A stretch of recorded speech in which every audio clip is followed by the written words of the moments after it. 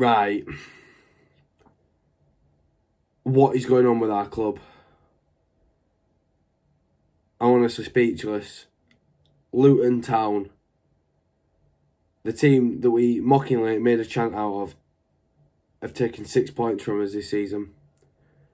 In what was dubbed a 6-pointer for us, it's been an easy 6 points for them.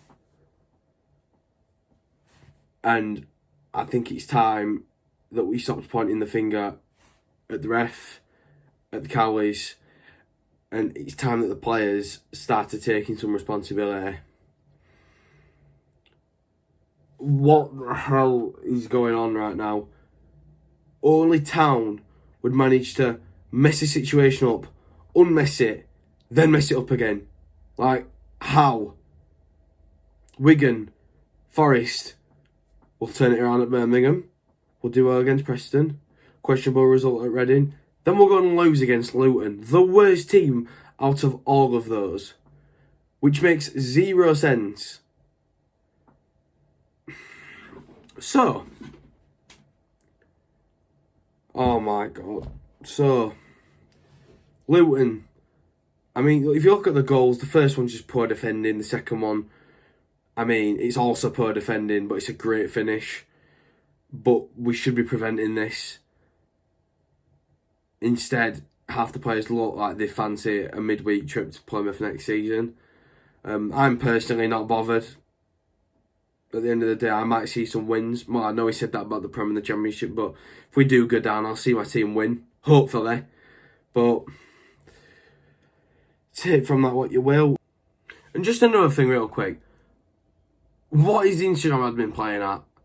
A bad day at the office? No, thought it was a brilliant one. We've just lost 2-0 to the bottom of the league. Yeah, lovely stuff. Who makes this stuff up? Now, if you follow me on social media, you'll know that I was very, very annoyed at the fact that we've let Stankovic go for free. That's daylight robbery in my opinion, but I've sort of seen the way that this club's working out right now, and you know, it's sad, but it's the way it is now. We don't really, as fans, see a lot of positivity related to the transfer windows. How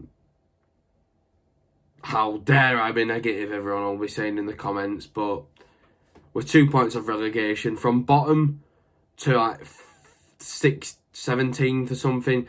It's 7 points. That I just don't like that. Like we're shooting ourselves in the foot here. Like, get safety, then mess about for the last few games. Don't let it go down to the wire, because right now it's too sharp to call. Charlton looked down and out before this, and then their life got breathed into them. Wigan all of a sudden best team in league. Point deduction for them, possibility for point deduction for Wednesday. I don't know what's going on at the moment. It's all horrible down at the bottom end of the table, and any team could go down. That's why I really don't like it when we lose. 2-0 to Luton Town. No disrespect, obviously. Respectfully, I have to sort of put hands up and sort of say, yeah, Luton deserve the 3 points here. And I also have to say that I'd probably say that Luton are a better team than us, because they beat us twice this season, scoring 4 goals to our 1. So take from that what you will. But obviously they are lower down, but I mean, we didn't draw our leads and they did. There's got to be a massive, there's got to be some huge business in the summer window, because otherwise we'll just plummet. Well, so he's not going to stay. We either stick with Schofield or we get a good keeper, a good proven keeper. None of this messing about going to foreign leagues, getting this young kid, get a proven keeper. Said this for time now. When you gamble your season on important positions, on foreign, that's not me being offensive, but foreign league players who've not been proven in this sort of style of football, it all goes wrong, and then everyone will point the finger at someone. But it's right in front of us the whole time. Like Mounier at first was not a great signing for the money. Obviously now he works much better in our current system, which is why I want him to stay. Which, that makes sense. Right back, we don't even have one. Duane, is he good enough to start week in, week out? I don't know yet. Centre backs, one day they're like some of the best we've ever seen. Then the next day, they've both got the turning circle of a fridge on wheels. Toffolo, although out of position sometimes, I think he's the man for the job with Brown's a suitable backup. CDMs, sometimes Hogg really shows his physical dominance. Other times, he just looks lost and wants to pass it back all the time. King looks good sometimes. Today, he looks like he's lost his legs. Willock's 50-50, although he's on loan. Smith Rowe's not coming back. He'll be starting for Arsenal because they're awful. They've only just got form at the moment, but Smith Rowe will probably start for Arsenal, or at least bench. Grant's going to be gone in the window. He didn't look interested today. Going to have to sign someone. I would like to see Ronan Curtis, the Pompey winger. They've just bottled promotion for like a third year running or something, so, you know, if we got Curtis, that'd be class. Will we do? Probably not. He'll probably go to someone bigger and better who's willing to pay that kind of money for him. We'll probably end up with some League 2 player that's, I don't know, that's just moved out and living on his own or something. Probably like 18 and the next big thing in the conference. So, it's stressful being a Town fan. I mean, like I say, there needs to be some huge business going on in this window. And we've got to get rid of the deadwood. And Benza, Diakabe, they've got to be gone. Sobby I'd like to see given a chance, but that's very unlikely. I thought he was really skillful when he came on, but obviously, because Wagner said he wasn't ready, the whole Huddersfield Town fan base just sort of believed him, even though he was tactically out of his depth in the second half of the season. Have I covered all topics there? I didn't watch the whole game today, I'm not going to lie, I was out, that's why I'm dressed like a little bit of a chav. Not that I am a chav, but I was out. So, as I walked back into the room, Bradley's gone and headed it in. Literally as I stepped foot in the room. So I've seen both the goals and can have an opinion on them. Not that I enjoyed watching the next however many minutes was left, because it was just painful. It was just Luton seeing out an already dead game.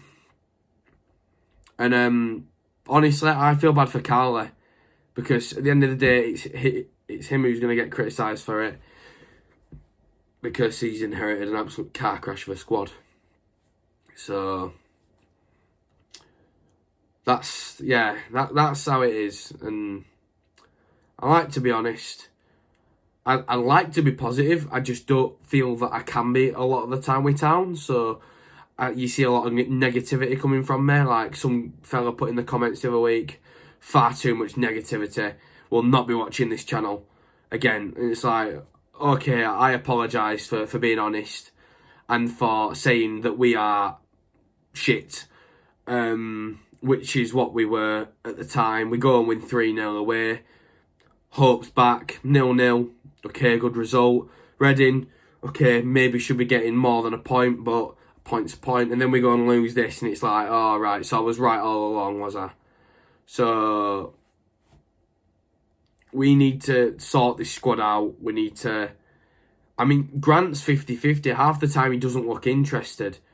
Half the time he's on fire. He's electric, as we say. I think the problem with our squad is when certain key players go quiet, everything just seems to go wrong.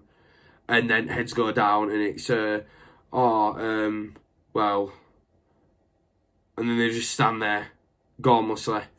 And then Cowie will say the same thing in his interview about how we weren't intense enough going forward. Because I bet he's sick to the back teeth for saying that. And it's not like he's not coaching them right, because we've seen the team work together well. But obviously they either choose not to listen to him, or they just don't do it, or both. But I'm really, really, really starting to get annoyed at this. Because I'll say it again, we've gone from playing some of the best teams in the world and, you know, nearly beating Manchester United, and we are going to have to make the journey to Plymouth next season, respectively.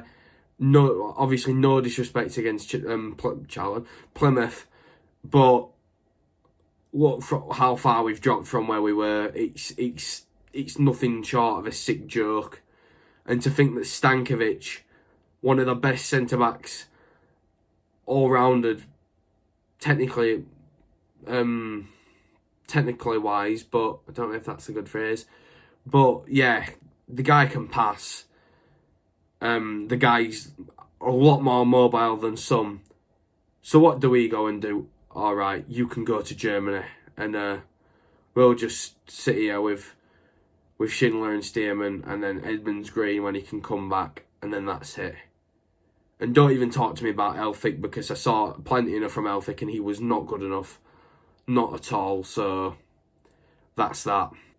So yeah, you know me by now. I could probably go into a lot more detail, but I don't have the energy, and my brain could only deal so much disappointment in one day. So, you know, we're not going to delve into more and more. I've said what I needed to say. I've said what I've... basically the honest opinion of what I've saw, and it's simply not good enough. It's got to change. Something's got to give. If we stay up, then it's skin of teeth, really. It's going to be skin of teeth, and it's going to be very, very close down at the bottom of the table. But that's all from me, guys. If you do enjoy this content, leave a like on the channel. Apologies that I didn't do a match preview. Not the most time recently, but I'll get back up to uploads when I can. Anyways, thank you so much for watching. Leave a like, of course. Subscribe to the channel if you haven't already. Very close to 2K. Comment down below what you thought of the game. Not keep the faith or stay positive. Please don't do that. That tends to rile me up, especially after this stuff. I'm joking. Comment whatever you want. But yeah, comment down below what you thought of the game, what you think of this video, anything whatsoever. And I'll see you in the next one. Take care.